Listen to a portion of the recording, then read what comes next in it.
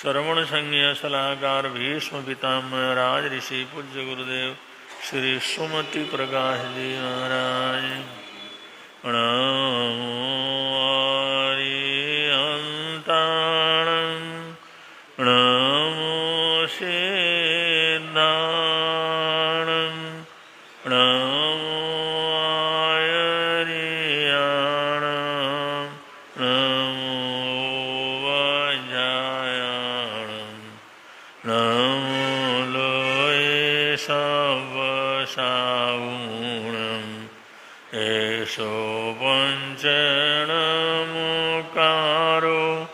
सर्वपावपणासनो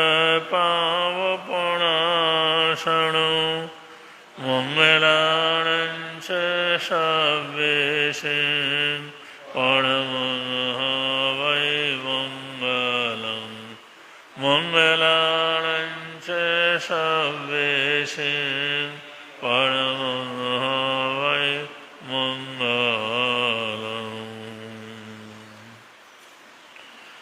धम्मो मङ्गलमुखितं अहिंसा संयमो पवो देवावितं नमस्यन्ति यस्य धम्मे संयमो जहादुमस्य बुभेषु ममरो अव्ययैरसं नयपुफं किलामि सोयपीडे अपायम् एमये समनामुत्ता जेलोये सन्ति साउणो विहङ्गमवबुभेषु गाणभक्ते शनिरया वयं च वित्तिं लभामो प्रयगो युवमयीम् आहगणे सूर्यन्ते उभेषु भौमराजा मोहाय समबुद्धा जीवन्ति अनिशया नानाभिन्नयन्ता तेन बुच्यन्ते साहुणो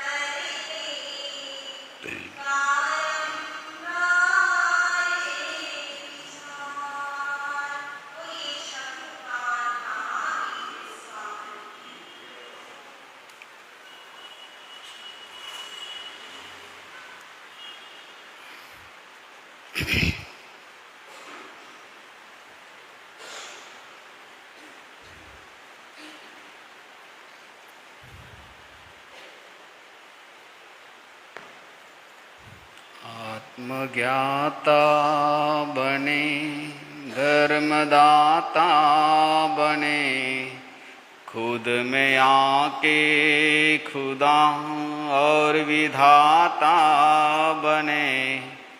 साधु संतों का हमको समागम मिला, अब तो आत्म का कल्याण पल पल करे। अपने जीवन के जोहरी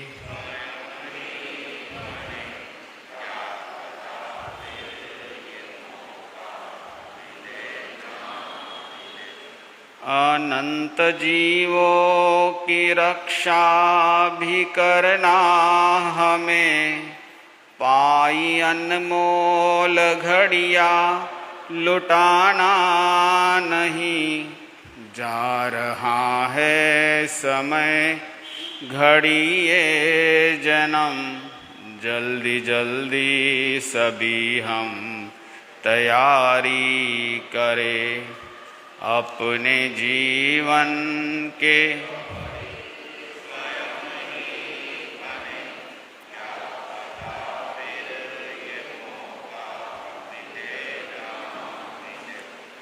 सपने सारे अधूरे ही रह जाएंगे, जाने कब दिन मेरे पूरे हो जाएंगे।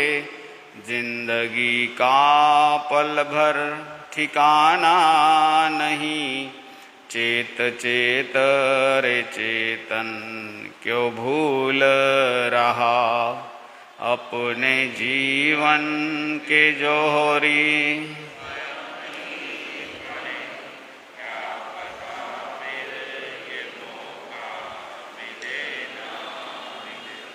दस चुनाव भी जीते तो हम क्या जीते, एक आत्म जीते तो सारे घट ही रीते। प्रधानमंत्री तो क्या राष्ट्रपति कुछ नहीं, जाग जाए तो आत्म चक्रवर्ती कुछ नहीं। कर्म शत्रु को जीते तो महावीर बने, अपने जीवन के जोहरी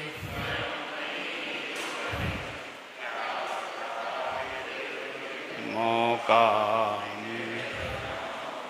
क्या पता फिर ये मौका मिले ना मिले। अनंत अनंत जिनेश्वर प्रभु,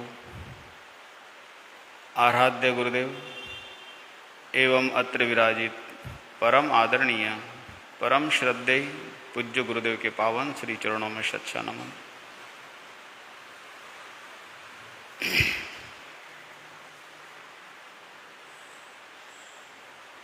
जैन परंपरा में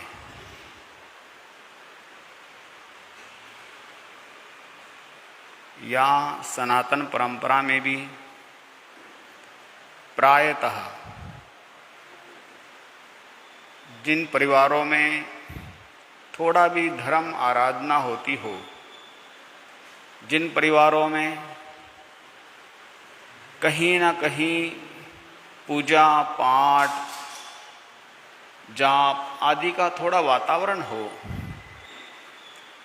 या कुछ लोग जो ऐसे वातावरण में थोड़ा समय व्यतीत करने वाले हो, हर आध्यात्मिक ग्रंथ में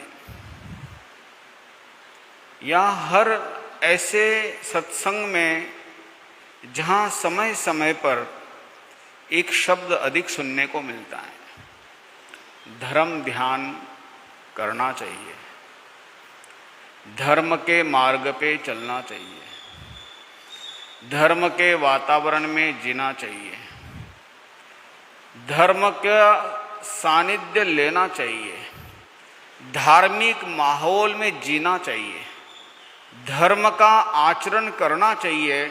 ऐसे प्रेरक शब्द हम सुनते हुए आ रहे हैं और लंबे समय से सुनते हुए आ रहे हैं। विशेषता जैन पद्धतियों में, जैन सत्संगों में, जैन श्रमण श्रमणियों के पास में या जैन आगमों में समय समय पर जब जब मौका लगे वहां वहां पर धर्म ध्यान की, धर्माचरण की प्रेरणा दी गई है।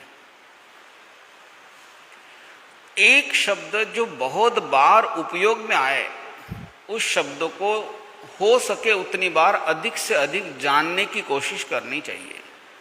आखिर इस शब्द का इतनी बार उपयोग आया क्यों? किस लिए इतनी बार इसका उपयोग हो रहा है? क्यों इतनी बार बार बार इसे बोला जा रहा है? क्यों कहीं पर ऐसा लिखा जा रहा है? क्यों अधिक बार इसको किसी न किसी रूप में हमारे सामने प्रस्तुत किया जा रहा है?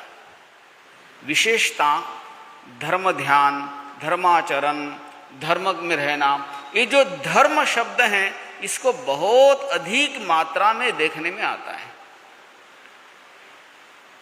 विशेषता विश्व स्तर पे अगर आप देखोगे तो धर्म को आचार पद्धति को रूप में देखा गया है, धर्म को क्रियात्मक रूप में देखा गया है। धर्म उसे जो क्रिया में दिखाई देता है, इसीलिए धर्म के नाम पे उन्माद देखने को मिलता है, धर्म के नाम पे विवाद देखने को मिलता है, धर्मों के नाम पे लड़ाइयाँ देखने को मिलती हैं, धर्मों के नाम के ऊपर आपसी कलह और क्लेश देखने को मिलता है। विश्व स्तर में अगर आप देखोगे, भारत में तो बहुत से लोग परिचित ही हैं और हम बहुत निकट परिचित हैं कि किस तरीके से हम देखते हैं कि धर्म इस शब्द के रूप में जो संकल्पना और समूह दिखाई देती हैं कि धर्म किसे कहते हैं। आज भी हम लोग धर्म किसे कहते हैं, धर्म की क्या प्ररूपना है, धर्म के बारे में क्या है, ये अभी भी हम बहुत कम गहराई तक पहुंच पाते हैं। इतना प्रयास चलता है, अधिक से अधिक बताया जाता है, अधिक से अधिक इन चीजों के संपर्क में लाया जाता है और इतने लोग वर्षों से, किसी को भी कहिए अगर थोड़ा भी अगर वो सत्संग में जा रहा है, सत्संग के वातावरण में है, तो हम ऐसा मानते हैं कि व्यक्ति बहुत धार्मिक है। मतलब अभी भी हम धर्म को क्रियात्मक ले रहे हैं, अभी भी हम धर्म को बाह्य रूप में ले रहे हैं, अभी भी धर्म को हम द्रव्य रूप में ले रहे हैं। ये दोष नहीं है, एक सामान्य परिचय है। लेकिन धर्म किसे कहते हैं, इसका अगर हम छोटी सी व्याख्या देखें तो सामान्य व्याख्या तो यही है कि धर्म यानी स्वभाव। जैन दर्शन तो ऐसे ही कहता है, जैन आगम तो हमें यही परिचय देते हैं कि धर्म यानी वस्तु स्वभावो धम्मो, वस्तु का स्वभाव ही धर्म है। अब वस्तु क्या है? संसार में सारी वस्तु ही तो है, इसे वस्तु बोल के कहा गया है। हर चीज जो दिखाई देती है, महसूस होती है, वो सब धर्म में आती हैं, वो सब वस्तुओं में आती है। अब उसका क्या स्वभाव है? हर एक का अलग अलग स्वभाव देखने को मिलता है, हर एक का अलग अलग। जैसे जल है, पानी है, पानी का क्या स्वभाव है? पानी को कितना भी तपा दिया जाए, कितना भी उबाला जाए, कितना भी गर्म किया जाए, एक समय आने के बाद क्या हो जाता है? ठंडा हो जाता है, शीतल हो जाता है। सूर्य का प्रकाश चाहे बादलों में कितना भी छा जाए, लेकिन सूर्य के अंदर क्या है? ताप है। ताप देना उसका स्वभाव है, गर्माश देना उसका स्वभाव है। चंद्रमा कितना भी ज्वाजल्यमान हो जाए, कितना भी प्रकाशित हो जाए, कितना भी भरा हुआ हो जाए, पूर्णिमा के रूप में आ जाए, तब भी वो शीतलता ही देने वाला रहेगा। ये उसका क्या है? ये स्वभाव है। ऐसे ही हम एक एक प्राणियों के बारे में अगर आप देखोगे, एक एक जीव जंतु के बारे में देखोगे, तो हर एक जीव की उस जिसमें वो है उस अपेक्षा से उसका स्वभाव है, जहां है उसका वो स्वभाव है। ये स्वभाव हम देखते हैं, ये वो धर्म कहलाता है। लेकिन जैन दर्शन में धर्म की क्या संकल्पना की गई, आप समझिए इसको। धर्म को जैन दर्शन में आत्मा के स्वभाव के रूप में लाया गया है, आत्मा का स्वभाव। अब देखिए, आत्मा का मूल्य कितना ज्यादा है, कभी सोचा है आपने? आत्मा का कितना मूल्य है? हम थोड़े अज्ञान की वजह से, थोड़े प्रमाद की वजह से लंबे समय से, लंबा समय मतलब पिछले 5-25 सालों का नहीं, कई जन्मों से हम ऐसे संस्कारों में चल रहे हैं कि जो निर्मूल्य है उसे हम मूल्य दे रहे हैं लगातार। ये देखने में आ रहा है। जो नष्ट होने वाली चीज है उसके प्रति हमारा झुकाव थोड़ा ज्यादा है। जो इतना उपयोगी नहीं है उसे हम उपयोगी के रूप में ले रहे हैं। ये हमारा अज्ञान है। जो शाश्वत है, शाश्वत की तरफ हमारा झुकाव नहीं है, हमारा ध्यान नहीं है।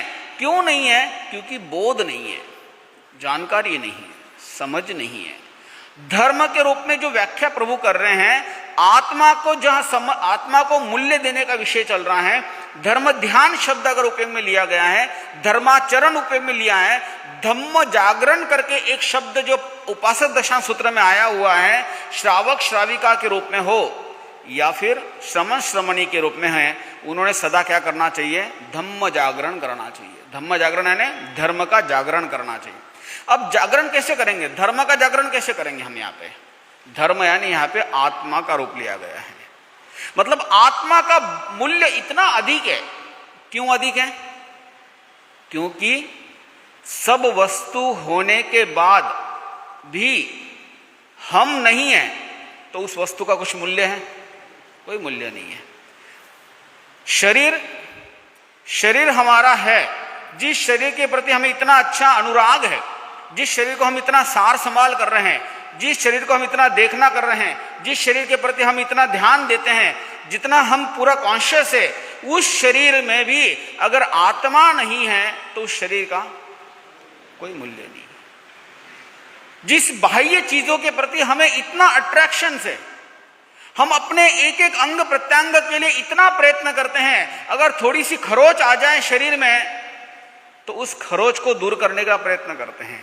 शरीर में कुछ व्याधि आ जाए तो व्याधि को दूर करने का प्रयत्न करते हैं। शरीर में कहीं पर किसी प्रकार का कोई कमजोरी महसूस हो जाए, उस कमजोरी को दूर करने का प्रयत्न करते हैं। शरीर का इतना ध्यान रखते हुए अगर शरीर में प्राण ना हो, आत्मा ना हो, तो शरीर का कोई मूल्य नहीं है। संसार में जिन लोगों को, जिन रिश्तों को, जिन आपसी संबंधों को हम इतनी सहनशीलता के साथ आगे बढ़ाते हैं, इतना ध्यान रखते हैं, इतना एक एक चीजों को हम संभाल के चलते हैं, वर्षों वर्ष परिवारों के कष्ट सहन करते हैं, जिस परिवार को, जिस संबंधों को, जिन रिलेशनों को, जिन चीजों को हम संभाल के चलते हैं, अगर आप नहीं है, आपकी आत्मा अगर नहीं है तो उन संबंधों का कुछ मूल्य है? कोई मूल्य नहीं है। संसार की जितनी चीजें हैं, जितने वस्तुएं हैं, चाहे व्यापार के रूप में है, घर के रूप में हो, धन संपदा के रूप में हो, ये सब चीजों का आप वर्षों से सार संभाल कर रहे हैं। वर्षों से अपने जीवन का बहुत बड़ा समय आपने अपने घर के लिए, परिवार के लिए, व्यापार के लिए, दुनियादारी के लिए, संबंधों के लिए दिया है। लेकिन वो सारा देने के बाद भी मूल्य कब तक है? जब तक आप है। आपका होना ही सब कुछ है, आपका नहीं होने से कुछ भी किसी का मूल्य नहीं है। आप भगवान की दूरदृष्टि को देखिए। भगवान कितनी दूरदृष्टि से विचार करते हैं कि धर्म ध्यान जो शब्द उपयोग लिया गया है, धर्म यानी क्या? धर्म यानी आत्मा का स्वभाव हमें पता लगना चाहिए, वो धर्म है। आत्मा ही मूल्यवान है। आत्मा नहीं है तो बाकी कुछ भी नहीं है। आत्मा है तो सब है, आत्मा नहीं है तो कुछ भी नहीं है। संसार में जिन चीजों से लेकर, जिन वस्तुओं से लेकर, जिन संबंधों से लेकर हम जी रहे हैं, उसमें अगर हम हैं, हमारा अस्तित्व है, आत्मा है तो सब है, आत्मा नहीं है तो कुछ भी नहीं है। बहुत से भ्रम पाल के हम वर्षों से जी रहे हैं, बहुत से भ्रम पाल के चल रहे हैं। वर्षों से नहीं, जन्मों से जी रहे हैं। कई जन्मों से भ्रम चल रहा है। संबंधों के भ्रम चल रहे हैं, आपसी रिलेशनों के भ्रम चल रहे हैं, आपसी अपने शरीर से लेकर दुनिया के सब वस्तुओं से संबंधित चीजों से भ्रम चल रहे हैं। इन भ्रमों को जानने वाला, इन भ्रमों को तोड़ने वाला, इन भ्रमों का अस्तित्व संभालने वाला एक ही मात्र है, वो हमारी आत्मा है तो सब है, आत्मा नहीं है तो कुछ भी नहीं है। हम इस भ्रम की वजह से ही जो मूल्यवान है उधर हम ध्यान नहीं दे पा रहे। जो अस्तित्वशील है उसका ध्यान नहीं दे पा रहे हैं, जो जरूरी है उसका ध्यान नहीं दे पा रहे, जो बहुत महत्वपूर्ण है उधर हमारा ध्यान नहीं जा रहा है। इसलिए भगवान कहते हैं कि आत्मा का मूल्य जब तक हमें समझ में नहीं आएगा, आत्म तत्व को अगर हम नहीं जानेंगे, आत्मा का महत्व नहीं जानेंगे, तब तक ये संसार की सारी चीजें हमको अधिक महत्वशील लगने वाली बनेगी, अधिक मूल्यवान लगेगी। और इसी कारण से हम स्वयं को समय कम देने वाले रहते हैं। आज भी आप देखिए कितना समय हम खुद को देते हैं, कितना समय देते हैं। शांत बैठ करके खुद से पूछिए आप, हम कितने चीजों को मूल्य दे रहे हैं, कितनों को नहीं दे रहे, कितनी बातों को हम मूल्य दे रहे हैं, कितनों को नहीं दे रहे, किन किन चीजों को मूल्य दे रहे, किन को नहीं दे रहे। आज भी हम किसी परिवार में चले जाएं, संबंधों में चले जाएं, रिश्तों के लिए चले जाएं, कहीं पर शादी ब्याह में चले जाएं, कहीं बर्थडे पार्टियों में चले जाएं, कहीं रिश्तेदारों के पास चले जाएं, वहां भी हम 5 घंटे, 6 घंटे, 10 घंटे, 12 घंटे, 18 घंटे, 2-2 दिन, 4-4 दिन लगा के आ जाते हैं। लेकिन आध्यात्मिक जगत में अगर विचार किया जाए, कभी मन में ये विचार नहीं आता है कि मेरा एक दिन का प्रवचन छूट गया, एक दिन की सामायिक छूट गई, एक दिन का प्रतिक्रमण छूट गया, पाक्षिक पर्व मेरा आ रहा है, उसी दिन मुझे इधर उधर जाना पड़ रहा है। ऐसा कभी विचार इसलिए नहीं आता क्योंकि वो आत्मा को नहीं समझ पा रहा है। अभी तक हम आत्मा के मूल्य को नहीं समझ पा रहे, आत्मा के महत्व को नहीं समझ पा रहे, आत्मा के महत्व को हम अभी तक जान नहीं पा रहे हैं। जिस दिन बहुत दृढ़ता से, गहराई से, अच्छे से आत्म तत्व को जानने लग जाएंगे, आत्मा के मूल्य को जानने लग जाएंगे, उस दिन हम हमारे आसपास की वस्तुएं, चीजें, उसके प्रति हमें धीरे धीरे धीरे क्यों ना हो बोध होना शुरू हो जाएगा। जिस दिन बोध हो जाएगा, वही बोध हमारे लिए धर्म का आचरण बन जाएगा, वही बोध हमारे लिए धर्म ध्यान बन जाएगा, वही बोध हमारे आत्म आराधना बन जाएगी। फिर हम उसके लिए उस आत्मा को सामने रख करके हम सब काम करेंगे। अभी तक हम किसको सामने रख रहे हैं? अभी तो हम कभी शरीर को सामने रख करके काम करते हैं, कभी परिवार के लोगों को सामने रख करके काम कर रहे हैं, कभी व्यापार आदि घर चीजों को रख करके सामने काम करें। अधिकतम हम अधिक से अधिक समय, अधिक से अधिक जीवन पद्धति, अधिक से अधिक हमारा सारा जीवन सिर्फ उन चीजों के सामने रख करके। जिस दिन आप अपने इस आत्मा को सामने रख करके समझोगे, तब आपको अपने आसपास के जो इतना मूल्यवान नहीं है, इतना महत्वपूर्ण नहीं है, आप उसे जानने लग जाओगे। इसी को ही भगवान कहते हैं बोध को प्राप्त होना, इसी को ही भगवान कहते हैं स्वयं को जानना। स्वयं को जानने के लिए आंखें बंद करके बैठने की आवश्यकता नहीं है, आपको समझना है। इस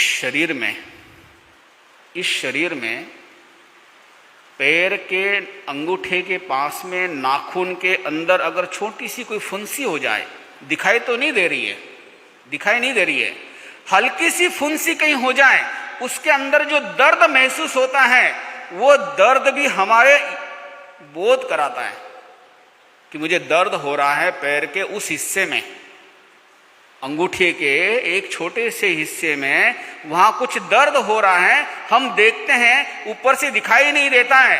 ये बोध किसकी वजह से हो रहा है? शरीर में आत्म पुद्गल हमारे हैं, आत्म वर्गणाएं हमारे पूरे शरीर में हैं। हमारे पूरे शरीर में आत्मा के वजह से हमें पता चलता है कि कौन से हिस्से में क्या हो रहा है। जिस दिन इस शरीर से प्राण निकल जाते हैं, वही शरीर को लोग जलाते हैं, उस जलाने पर भी उसे वेदना नहीं होती है। एक खरोच आने से हमें बोध होता है कि मुझे दर्द हो रहा है। ये दर्द का महसूस होना ही आत्मा का अस्तित्व मालूम पड़ता है। जिस दिन हम अपने आत्मा को सामने रख कर के कार्य करना प्रारंभ करते हैं, तो आत्मा का स्वभाव क्या है? यहाँ पे धर्म के विषय चल रहा है, तो यहाँ जैन दर्शन में आत्मा को सामने रखा गया है। आत्मा को रख करके, आत्मा को सामने रख करके, आत्मा के मूल्यता को जान करके, उसके बाद ही हम आगे विषय करते हैं कि धर्म यानी स्वभाव। तो यहाँ पे आत्मा का स्वभाव क्या है? आत्मा का क्या स्वभाव है? आत्मा का स्वभाव अनेक गुण दिए गए हैं। आत्मा ज्ञानवान है, आत्मा ज्ञानवान है। ज्ञानवान यानी वो जानती है सही क्या है, गलत क्या है। आत्मा बोधिशील है, आत्मा बोध को प्राप्त होने वाली है, स्वयं सही गलत को जानती है और समझती है। इस आत्मा की वजह से ही हम सही और गलत के भेद को जान पाएंगे। आत्मा की वजह से ही हम सत्य और असत्य को जान पाएंगे। आत्मा की वजह से ये ग्रहण करना चाहिए, छोड़ना चाहिए, ये आत्मा की वजह से ही जान पाते हैं। आत्मा का मूल्य इतना अधिक है। अगर आत्मा है तो सब है, आत्मा नहीं है तो कुछ भी नहीं है। तो आत्मा का जो स्वभाव है वो सोच संवेदनशील के आधार पर बताया गया, मतलब स्वयं जानते हैं, स्वयं सुख दुख को महसूस करते हैं। ये आत्मा का विषय जब हम जानते हैं तब हम ऐसा आचरण करने लग जाएंगे जो आत्मा के विकास के लिए सहयोगी होगा। इसका मतलब हम क्या करेंगे, क्या छोड़ना चाहिए, क्या ग्रहण करना चाहिए, ये हम जानने लग जाएंगे। ये चीजें पापकारी है, ये पुण्यकारी है, इसको हम जानने लग जाएंगे। ये मेरे जीवन के लिए उपयोगी है, ये मेरे उपयोगी नहीं है, इसको हम समझने लग जाएंगे। जिस दिन ये चीजें हम समझेंगे, जानेंगे, उस दिन से हम अपने जीवन को परिवर्तन करना प्रारंभ कर देते हैं। जैसे हमें ये बोध हो जाए या पता लगता है कि जीवों की हिंसा करने से या जीवों को मारने से, जीवों को तकलीफ देने से जैसे मुझे तकलीफ होती है ऐसे औरों को तकलीफ होती हैं। जब ऐसा बोध हमारे मन में आ जाए, ऐसे विचार मन में आ जाए, ऐसा ज्ञान अगर हमें हो जाए, हम उसी क्षण विचार करते हैं कि हमें पापकारी क्रियाएं कम करनी चाहिए, करनी ही नहीं चाहिए, ऐसा हम लक्ष्य लेके चलते हैं। इन्हीं कारणों की वजह से हम जैन दर्शन में हिंसा को त्यागना, अहिंसा के रूप में स्थापना करना, ये हमारा प्रमुख लक्ष्य बनाया गया है। हमने आत्मा के मूल्यता को जानकर, आत्मा के महत्ता को जानकर, आत्मा किस रूप में सुख दुख को महसूस करती है, ऐसे संसार के जीव भी सुख दुख को महसूस करते हैं। ऐसा आचरण हम करते हैं, इसीलिए कोशिश करते हैं कि हम एकेंद्रिय से लेकर पंचेंद्रिय तक की जीवों की हिंसा नहीं करेंगे। श्रावक वर्ग में भी ये भावना रखते हैं कि बेइंद्रिय से लेकर पंचेंद्रिय की हिंसा हम जानबूझ के नहीं करेंगे। कितनी बड़ी बात है, बहुत बड़ी बात है। संसार में चारों तरफ लोग हर कदम कदम पर हिंसा के लिए तैयारी करते हैं, झूठ की बोलते हैं, चोरी करते हैं, लेकिन जैन दर्शन में धर्माचरण, ये जो शब्द है, धर्म का आचरण करना चाहिए, मतलब आत्मा को लेकर के लिए ऐसा आचरण करना चाहिए जिससे आत्मा बार बार कर्म से पराधीन नहीं होनी चाहिए, बंधन में नहीं आनी चाहिए। इसलिए धर्म आचरण ये शब्द लाया गया है। और उसी धर्म आचरण के लिए, उसी धर्म आराधना के लिए, उसी धर्म ध्यान के लिए, उसी धर्म श्रवण करने के लिए ऐसे लोगों की चर्चा की गई है जिनमें ऐसे गुण हो जो धर्माचरण के लिए तैयारी कर सकते हैं। धर्म आराधना वाले तैयारी कर सकते हैं, धर्म ध्यान में तैयारी करने वाले बन सकते हैं। ऐसे व्यक्ति कौन है? उनमें से 4 गुण बताए गए थे। उनमें से पहला गुण की हमारी चर्चा चल रही है। कौन सा? बीच में थोड़ा सा गैप आते ही ऐसे कैसे काम चलेगा? समुत्थितानम। बोर तो नहीं हो रहे ना? बोले महाराज ने क्या लगा के रखा है पता नहीं, थोड़े थोड़ी दिन में वापस चालू कर देते कुछ भी। समुत्थितानम, समुद्यत होने वाला। धर्म ध्यान करने के लिए व्यक्ति को पुरुषार्थवान बनना पड़ता है, उस मार्ग पे दृढ़ता से आगे बढ़ने वाला बनना पड़ता है, तभी वो आत्मा के विकास के लिए प्रयास कर सकता है। महापुरुषों के सारा इतिहास उठा के देख लीजिए, एक से बढ़कर एक उत्तम और महापुरुष हुए जिन्होंने क्षण भर के अंदर अपने जीवन को परिवर्तन कर देते हैं। एक कथानक आती है छोटी सी, कहते एक राजा थे, नग्गति वर्णन करते हैं कि वो महल से निकले अपने अनुचरों के साथ में, नगरी के बाहर होते हुए किसी जगह जाना था उन्हें। जैसे वो नगरी के बाहर से निकलते हुए जा रहे हैं, साथ में सैकड़ों ऐसे अनुचर साथ में थे, सारी व्यवस्था थी, राजकीय सम्मान के साथ चल रहे थे। राजा अपने हाथी के ओहदे के ऊपर बैठे हैं, बड़े प्रसन्न वातावरण में हैं, राजकीय सुख में है, राजकीय चीजों में है, राजकीय समृद्धि के बीच में है। और कहते जैसे जैसे नगरी के बाहर निकले, एक बड़ा सा उद्यान आया, बड़ा सा, अनेक सैकड़ों पेड़ उसमें लगे हुए हैं। कहते वहां एक बड़ा सा वृक्ष आम का, उस आम के वृक्ष से जैसे ही दूर से उन्होंने देखा, दूर से देखते ही उसके प्रति आकर्षित हो गए, अच्छा लगा। ऐसा होता है, कभी कभी वस्तुएं कोई इतनी अच्छी लगती हैं तो मन को आकर्षित करने लग जाती है। कहते उस पेड़ से आकर्षित हो गए और जैसे ही पास में आने लगे वैसे ही उस अम्र के वृक्ष से नए नए जो पत्ते निकल रहे थे, टहनियां निकल रही थी, उससे भीनी भीनी अच्छी सी सुगंध उनको आने लगी। उस सुगंध को सूंघते हुए उनको इतना आनंद आया। जैसे जैसे वो निकट पहुंच रहे हैं उस वृक्ष के निकट पहुंचते पहुंचते उनको और अच्छा लगने लगा, इतना आनंद आने लगा। उस सुगंध से वो इतने मोहित हो गए, इतने प्रसन्न हो गए। उस इतने बड़े विशाल वृक्ष को देख करके बड़ा अद्भुत लग रहा था। पूरा वृक्ष भरा हुआ है, सुंदर दिखाई दे रहा है, चारों तरफ पत्तों से भरा पड़ा है और अम्र वृक्ष की जो अम्र मंजरियां हैं वो फैली हुई है। आने वाले समय में इसके ऊपर सैकड़ों आम आने वाले हैं। उन पत्तों को देख करके इतना आनंद आया, पास में गए, इस सुवास इतना अच्छा लगा कि उनका हाथ सहज उसको लेने के लिए गया। एक छोटी सी टहनी उन्होंने तोड़ करके अपने पास लिया, उसे सूंघते रहे। धीरे धीरे सारे लोग आगे निकलते गए। हाथी का ओदा भी आगे निकला, राजा आगे निकल के गया, पीछे पीछे सैकड़ों लोग थे, वो भी इसी प्रकार से आगे होने लगे। कहते हैं कि राजा बहुत प्रसन्न था, बार बार उस टहनी को सूंघता खुश होता।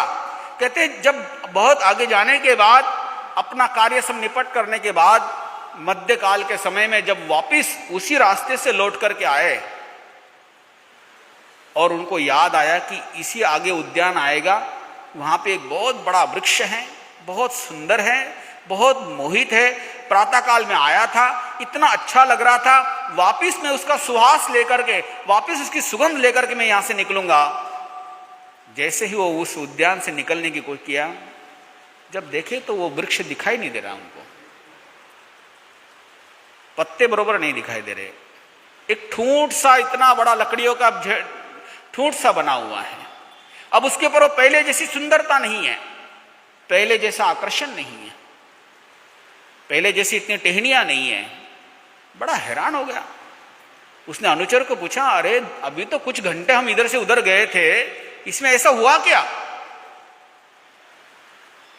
सेवक ने कहा, राजन, जैसे आपने एक टहनी तोड़ी, ऐसे ही बड़े जो करते उसके पीछे छोटे करते हैं, ऐसी कहावत है ही सदा सब जगह पे। राजा करता है उसके पीछे प्रजा करती हैं। जैसे ही आपने टहनी तोड़ी, ठीक उसी प्रकार से पीछे वालों ने भी धीरे धीरे एक एक टहनी तोड़ते गए। सैकड़ों लोगों ने जब पत्ते तोड़े, उस पत्ते के तोड़ने से धीरे धीरे सारा वृक्ष पत्तहीन हो गया, पत्ता रहित हो गया, टहनियों से रहित हो गया। इसके सिर्फ लकड़ियां खाली दिख रही हैं। जैसे जैसे आगे सारा राजा का सारा लाव लज़्मा आगे निकला, राजन हाथी के ओहदे के ऊपर बैठे हैं, राजमहल के निकट पहुंच रहे हैं। विचार हजारों मन में विचार कौंध रहे हैं, अरे अभी जिस वृक्ष को मैंने देखा था, इतना सुंदर था, इतना आकर्षण था, कुछ घंटे में ही वो वृक्ष की ऐसी हालत हो गई है, इसका नश्वरता का क्या भरोसा है। देखिए, धर्म आचरण किसको कहते हैं? सिर्फ माला करने मात्र से धर्म आचरण नहीं हो सकता है, सिर्फ सामायिक करने मात्र से धर्म आचरण नहीं हो सकता है, सिर्फ प्रतिक्रमण आदि करने से नहीं हो सकता है। धर्म आचरण आप जहां हो, आपकी आत्मा जहां जहां है, आचरण वहां वहां चलेगा। आपकी आत्मा का जो बोध है वो वहां वहां चलेगा।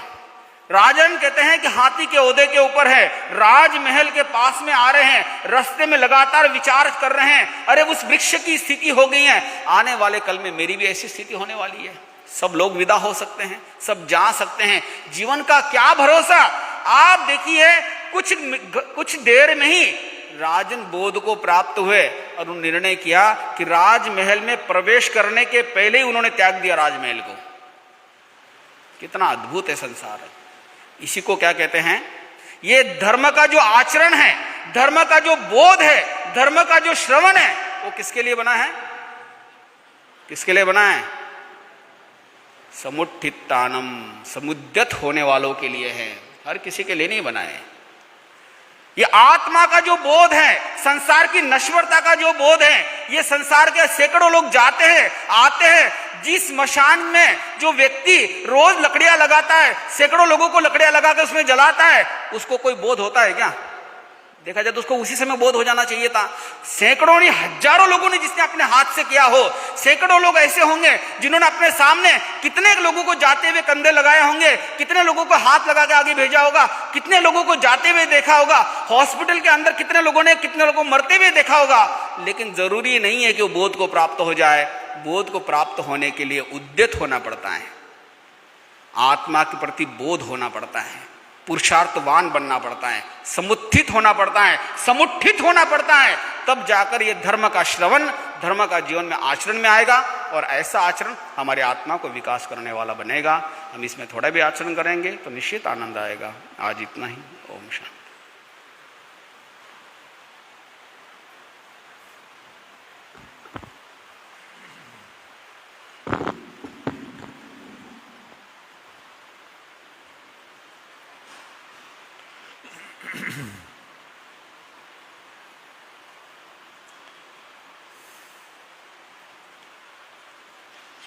केवल रवि किरणों से जिनका संपूर्ण प्रकाशित है अंतर,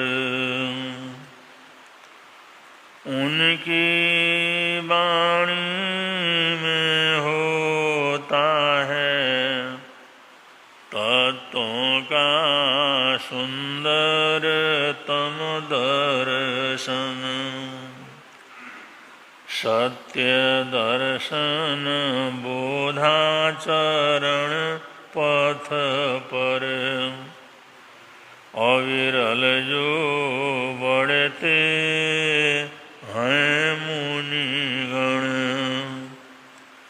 अरहत देव परम आगम गुरु को, अरहत देव परम आगम गुरु को शत शत वंदन, शत शत वंदन, शत शत वंदन, शत शत वंदन।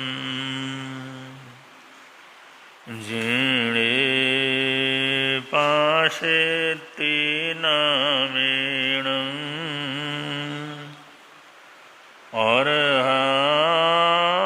लोग पुइयो संबोध पाय सबन्नु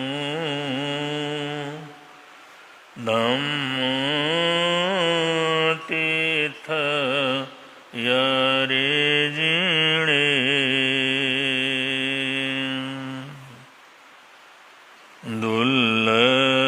दुल्हाऊ मुहदाई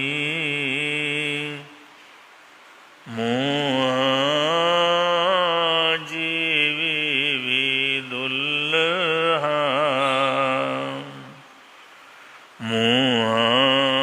मुहादाई मुहाजीवी दोवी गच्छन्ति सुगयं। दुःखरायं करिताणं दोषहायं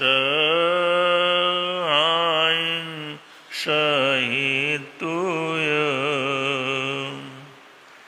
केइथ देवलोयेषु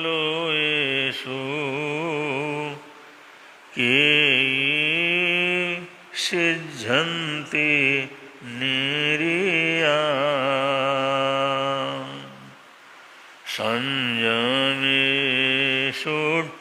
संयमेषुठियप्पाणं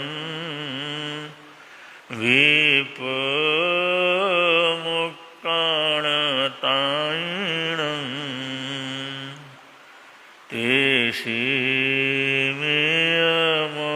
तेषिमेयमणायन्नं निगन्धाणं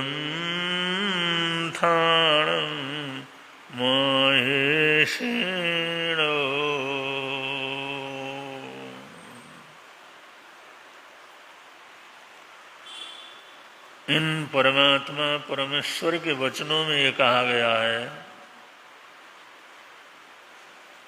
दुल्लाई मुहा दाई मुहा जीवी भी दुल्ला।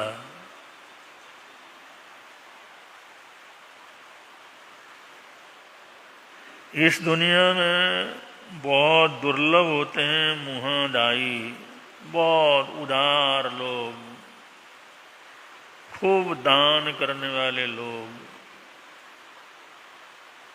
दुनिया के लिए तरह तरह की दौलत को लुटाने वाले लोग,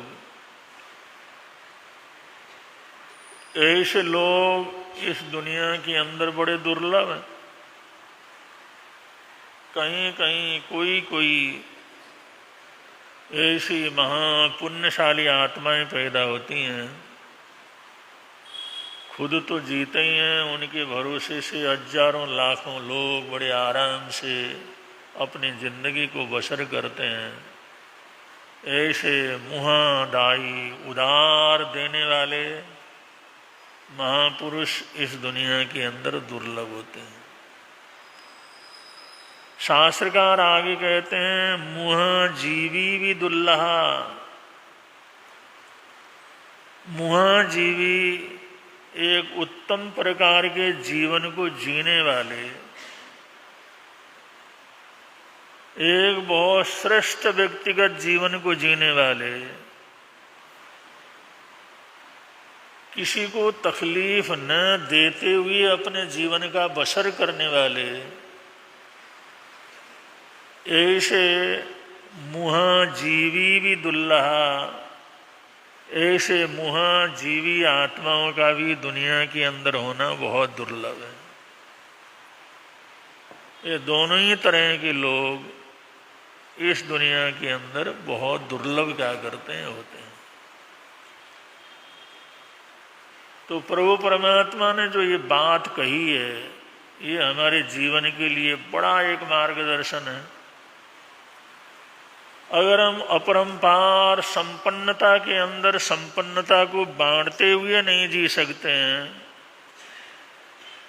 सादा सुंदर व्यवस्थित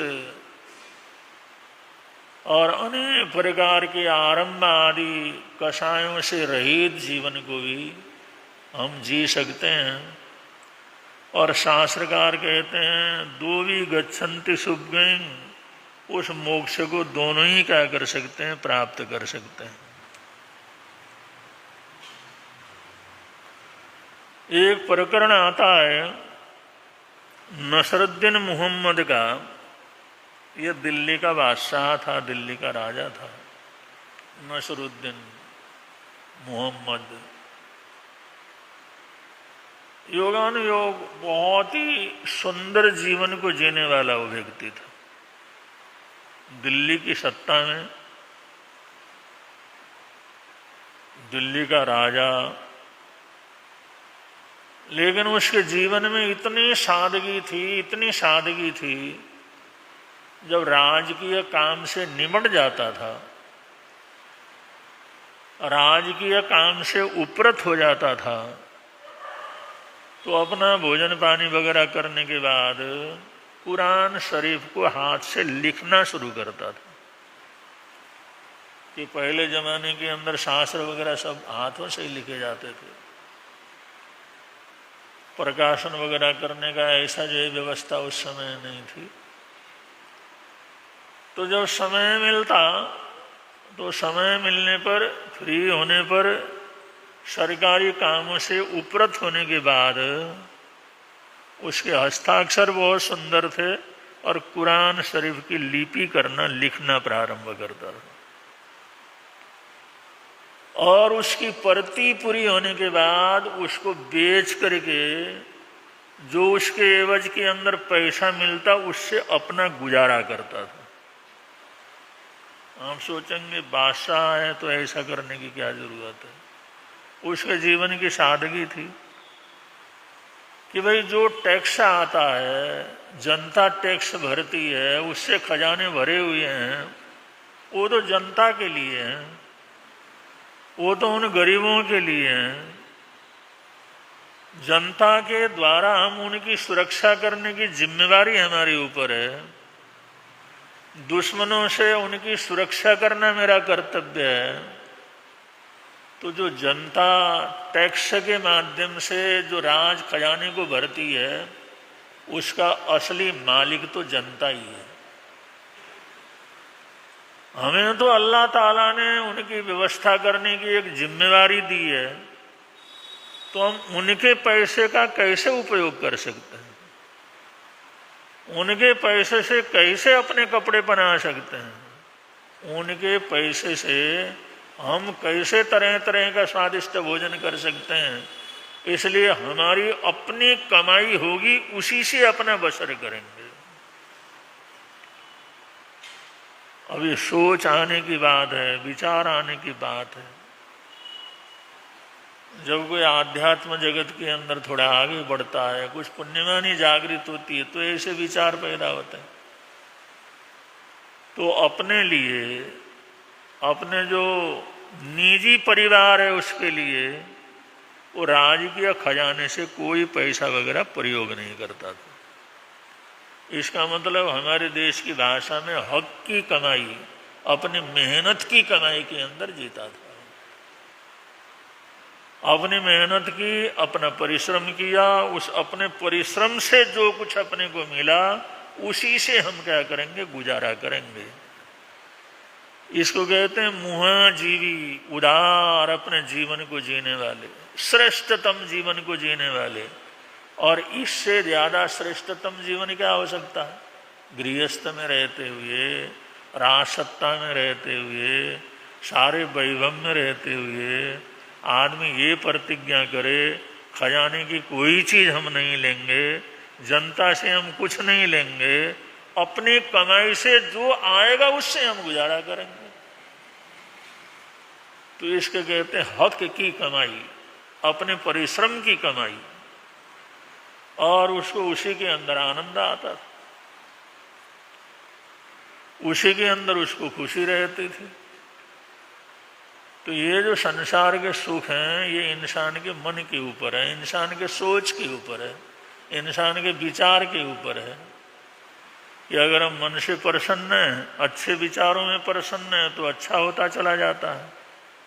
बुरी चीजों के अंदर प्रसन्न रहता है तो बुराई उसके जीवन के अंदर बढ़ती चली जाती है। और कोई उस नसरुद्दीन मोहम्मद से पूछने वाला तो नहीं था, भाई खजाने से लिया या नहीं लिया, टैक्स से लिया या नहीं लिया, ये तुम खा रहे पी रहे हो तो कहाँ से कमाई कर रहे हो, कोई पूछने वाला थोड़ी था। लेकिन इंसान जब आत्मिक ईमानदारी की तरफ आगे बढ़ता है, आत्मबोध उसको होता है, या परमात्मा की कृपा को अनुभव करता है, तो इस प्रकार के विचार उसके जीवन के अंदर आते हैं। और ऐसा ही जीवन उसने क्या किया? जिया। बहुत से छोटे छोटे और भी काम थे, वो भी कर लेता था, लेकिन ये कुरान शरीफ को लिखने का उसको बहुत अच्छा लगता था। और उसका कुरान शरीफ हाथों हाथ बिक जाता था और उससे उसका गुजारा आराम से चल रहा था। जो उसने सेवक रखा हुआ था उसको भी कहा था, मैं खजाने से तेरे को कोई पैसा नहीं दूंगा, तो मेरा प्राइवेट सेवक है, अगर ऐसे ही सेवा में रहता है तो ठीक है। अगले ने सोचा चलो भाई राजा की सेवा करने का मौका मिला, इसमें क्या सोचना विचार करना, क्या इसमें तनख्वाह की बात करनी है। वो भी प्राइवेट रूप में उसकी सेवा के अंदर सेवक रहता था। काफी समय व्यतीत हुआ तो उसके घर से सूचना आई, वो बांगड़ का रहने वाला था। बांगड़ का मतलब हरियाणा का एक इलाका है जहाँ पर पानी वगैरह कुछ नहीं था, रूखा सूखा रेती रेत, तो बांगड़ का इलाका कहलाता है, जहाँ पर कोई किसी प्रकार की सुविधा नहीं। अब तो सुविधाएं हो गई, उस जमाने के अंदर तो बड़ा राजस्थान का जो रेगिस्तान का इलाका था, ऐसे ही सूखा रुखा इलाका था। वहाँ का आदमी जो उसकी सेवा में रहता था, उसने कहा सरकार घर में तकलीफ है, घर वालों की सूचना आई है, मैं कुछ न कुछ जो है लेकर के जाऊं जिससे घर के अंदर की समस्याएं पूरी हों। और मैंने कभी आपसे अर्ज तो नहीं किया, लेकिन कुछ अगर मेरे को मिल जाए, मेरी तनख्वाह, मेरा जो कुछ भी मेहनत आना है, तो मैं लेकर के जाऊं, तो जैसी समस्याएं घर वालों ने बताया है, जैसी बात उन्होंने की है, तो उसके अंदर कुछ सहयोग मैं क्या कर सकूं, कर सकूं। तो उस बादशाह, उस राजा नसरुद्दीन मोहम्मद ने काफ़ी सोचा और उसको 2.5 रुपया उसके हाथ में क्या किए, रखे। कितने रखे? 2.5 रुपये। कहा ले, अगर तूने घर जाना हो तो मेरे पास तो देने के लिए यही है। तो उसमें 2.5 रुपया उसके हाथ में। और वो सेवक सोचने लगा, सारी जिंदगी लगाई, अब ये बादशाह सलामत, हमने सोचा भाई यहाँ तो बहुत कुछ होगा, लेकिन 2.5 रुपया, अब इतनी समस्या, इतनी तकलीफ है, कोई बीमार है, परेशानी है, और वहाँ घर वालों ने मिन्नतें की है, एक बार तू आ जा, तो आएगा तो कुछ न कुछ साधन मिलेंगे, अपना गुजारा हो जाएगा, कुछ न कुछ शांति मिलेगी। 2.5 रुपया दिया है। और वो कभी 2.5 रुपया देखे और कभी राजा की तरफ देखे, कभी 2.5 रुपया देखे, कभी राजा की तरफ देखे। अब राजा के सामने बोलना भी खतरे से खाली नहीं था। बादशाह कहने लगा, देख भाई, तू जानता है मैं अपने हक का लेता हूँ, मैं अपने लिए कोई खजाने का कोई चीज लेता नहीं। मेरी जो हक की कमाई है, जो मेरी मेहनत की कमाई है, मेरी अपने हाथ की कमाई है, मेरी व्यक्तिगत जो मेरी कमाई है, उसमें से इतना ही तेरे के लिए क्या करता है, बनता है। इससे आगे मैं क्या कर सकता, नहीं दे सकता। और वो 2.5 रुपया लेकर के दिल्ली से रवाना हुआ अपने बांग्लादेश के लिए। सोचने लगा क्या करेंगे, क्या जवाब देंगे। गांव वाले इकट्ठे हो जाएंगे, राज दरबार में काम करने वाला आदमी आ रहा है, राज दरबार में रहने वाला आदमी इतने समय से आ रहा, पता नहीं क्या क्या मांगेंगे, देखने आएंगे, पूछने आएंगे, उनको क्या देंगे, घर वालों की मांग है, उनका क्या पूरा करेंगे। वो बेचारा बड़ा परेशान, लेकिन अब शर्मिंदगी ऐसे जिस समय जा रहा था, तो दिल्ली के बाहर जिस समय रोहतक आदि इस इलाके से निकल करके बांगर की तरफ जिस समय बढ़ रहा था वो, तो उसने देखा बीच में बड़ी हरियाली है और वहाँ पर बड़े बड़े बगीचे हैं, और उसने देखा उन बगीचों के अंदर तरह तरह के फल लगे हुए हैं, और सभी फलों को देखा, बड़ा प्रसन्न हुआ। वे फल फ्रूट बहुत हैं, सब्जी मंडी बहुत है। और उसने देखा अनार के जो फल लगे हुए थे, बड़ा प्रभावित हुआ, बड़े फर्स्ट क्लास अनार के जो है ये। सोचे 2.5 रुपया है मेरे पास, और अपने उस इलाके के ना अनार वनार तो कुछ होता नहीं, वहाँ पर फल फ्रूट तो कुछ होते नहीं, वो तो वैसा ही इलाका है, वहाँ तो ये हरियाली नहीं, ये फल फ्रूट नहीं, कुछ नहीं, चलो ये अनार क्या कर लेता हूँ हल्के यहाँ पर, क्योंकि वहाँ पर तो बगीचा था, भरे पड़े थे। मैंने कहा ज़्यादा से ज़्यादा इनको भर करके क्या करता हूँ। उसने वो बगीचे वाले कहा, भाई ये अनार मेरे को चाहिए, और मेरे पास ज़्यादा पैसे वगैरह तो ज़्यादा नहीं है, और ये 2 रुपया, उसने 2.5 रुपया से 2 रुपया उनको दिया, भाई 2 रुपया के अंदर दे दे। उन्होंने कहा जितना चाहिए ले ले भाई, बहुत नीचे पड़े हुए हैं, बहुत ऊपर पड़े हुए हैं, अब ये क्या खराबी होने वाले हैं, और कहाँ इनको लेकर के दूर दरार के अंदर तो जाने का कोई साधन भी नहीं है, उस समय साधन भी नहीं थे, वही से मिट्टी में मिलने वाले हैं, पकने के बाद उपयोग करेंगे तो ठीक है। आज तो जो है एक जगह की चीज़ दूसरी जगह जाती है इसलिए कीमत है, वरना ये जाने आने का साधन न हो तो कीमत क्या है उन चीज़ों की, कोई कीमत नहीं। इसलिए पहले तो सारी चीज़ें फ्री के अंदर ही मिल जाते थे, कोई दूध थोड़ी बेचता था, फल फ्रूट थोड़ी बेचता था, साग सब्जियां थोड़ी बेचता था। उन्होंने कहा जिसको चाहिए उठाओ ले जाओ। बगीचे वाले ने कहा जितना उठाना उठा ले ले। उसने जितने उठा सकते थे, जितने भर सकते थे, जो साधन थे, उसने वो जो सारे फल जो उठा लिए, और वहाँ से लेकर के रवाना जिस समय हुआ तो बांगर में जिस समय पहुंचा वो, तो पहुंचा तो एक बुनियादी हुई कि जो कोई भी अगर राज दरबार में, क्योंकि छोटे छोटे रजवाड़े थे उस समय, जो बांगर का रजवाड़ा था, उस रजवाड़े के अंदर जो रानी थी वो बीमार हो गई थी। बीमार हो गई तो वैद्य को बुलाया। वैद्य ने कहा भाई इसको ये जो दवाई है, अगर ये अनार के रस में अगर इसको दिया जाए तो ये ठीक हो जाएगी। उन्होंने कहा ये अनार कहाँ से लाएंगे भाई? तो उसने किताब में बताया देखो अनार का फल है तो इसके रस के साथ लेने से ऐसा होता है। और राज दरबार में बड़ी परेशानी है, वो अनार कहाँ ढूंढने के लिए जाए, अब कहाँ से अनार लेकर के आए।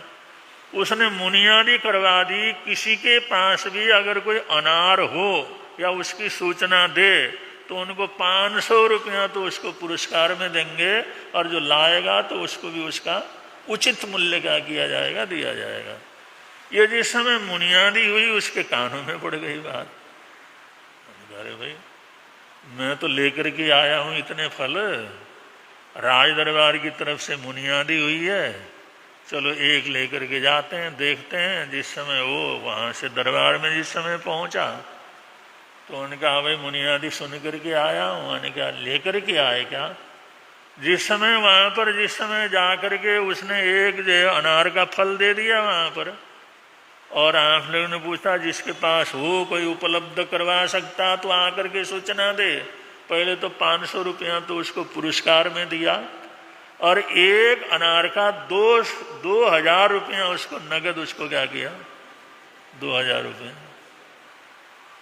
तो उन्होंने कहा भाई दवाई देना है, काफ़ी समय तक दवाई चलनी है, अगर तुम किसी तरह से 1-2 अनार उपलब्ध करवाते रहोगे तो एक एक फल का 2000 रुपये हम क्या करेंगे, भरेंगे। उन्होंने सोचा उसको अब कैसे बांटना है, चलो किसी को सूचना नहीं दी, और रोज 2 अनार लेकर के दरबार में जाता और 2000 रुपया लेकर के क्या करता। उसने गांव भर के अंदर प्रसाद भी बांटे, गांव भर के अंदर कपड़े भी बांटे, जरूरत की चीज वो भी बांटी, और जो हजारों रुपया उसको क्या कर गए। और मिला कितना? 250 रुपये। लेकिन बादशाह ने कहा बेटा मैं हक की कमाई करता हूँ और हक का ही खाता हूँ, बेहक का मैं नहीं खा सकता।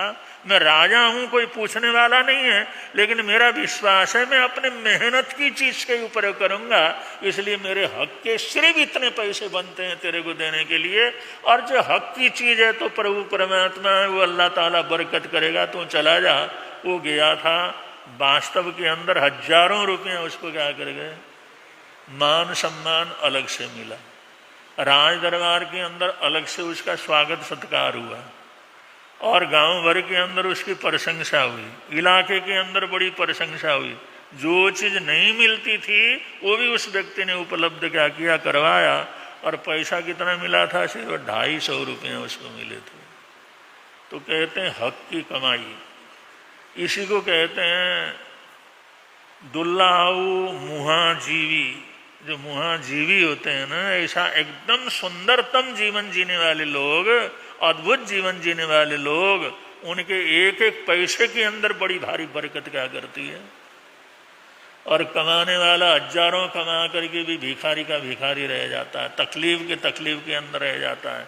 और ईमानदारी से चलने वाला, हक का खाने वाला, थोड़ा सा कमाई लेता है, उससे बड़े आराम से अपनी जिंदगी क्या कर लेता है, बसर कर लेता है। तो हक की कमाई ये बहुत बड़ी चीज है। शास्त्रकार कहते हैं मुहादायी मुहाजीवी दो भी गच्छन्ति सुगम, दो भी सुगति के जो है वो कारण क्या करते हैं, होते हैं। तो ये प्रभु परमात्मा ने हमारे को संदेश दिया है। और कल संक्रांति का दिवस है, कल संक्रांति है, और टाइम वही रहेगा हमेशा का ही। और संक्रांति का दिवस हम विशेष रूप से जाप और पाठ के माध्यम से उसको क्या करते हैं, संपन्न करवाते हैं, जिससे आगे का हमारा महीना ठीक ठाक क्या करे, चले।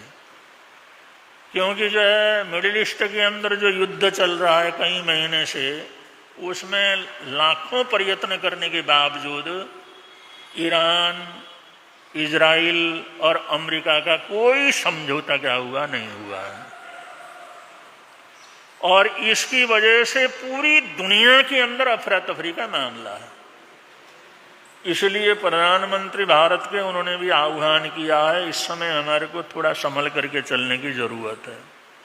हम सोने को खरीदने में पैसा ज़्यादा खर्चा ना करें, ऐसा उत्सव वगैरह ना करें जिससे ज़्यादा खर्चा उसके अंदर होता हो।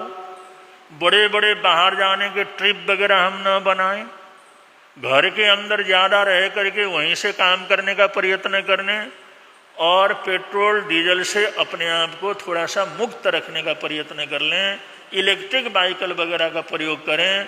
हो सकता है ये क्राइसिस बहुत भयंकर रूप से हमारे सामने क्या कर जाए। समझौता हो जाए तो ठीक ठाक होने में भी देर नहीं है। अगर समझौता नहीं हुआ और ये अपने में अड़े रहे तो इसका क्या परिणाम होगा इसका भी अता पता। वरना अमेरिका में वहाँ पर ईरान में इसलिए युद्ध किया था, 5-7 दिन के अंदर तो मैं इसको क्या करूँगा, निपटा दूंगा। 5-7 दिन में मैं इसको मटिया मेट कर दूंगा। लेकिन 3 महीने पूरे हो गए, अभी कुछ बाल माँ का क्या हुआ होगा, तो मैं तो मरने के लिए तैयार। तो ऐसी हालात में कल को क्या होता है, क्या स्थिति होती है, कोई पता क्या करता।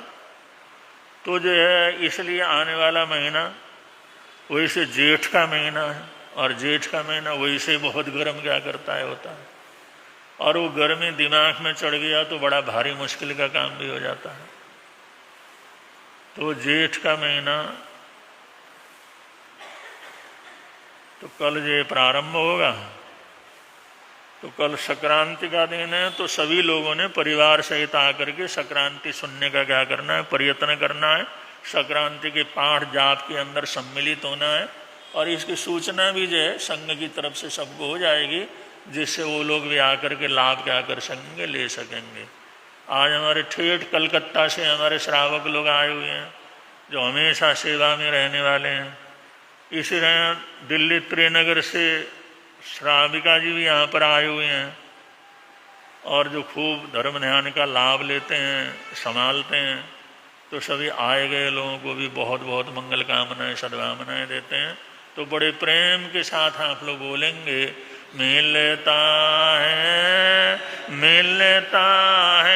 आनंद प्रभु की वाणी से, मिलता है आनंद प्रभु। प्रवर्तक शांति गुरुवर प्यारे, प्रवर्तक शांति गुरु। जीवन नैया के रखवारे, जीवन नैया के रख। जोड़ गए संबंध प्रभु की वाणी से, जोड़ गए संबंध प्रभु की वाणी से। मिलता है आनंद प्रभु की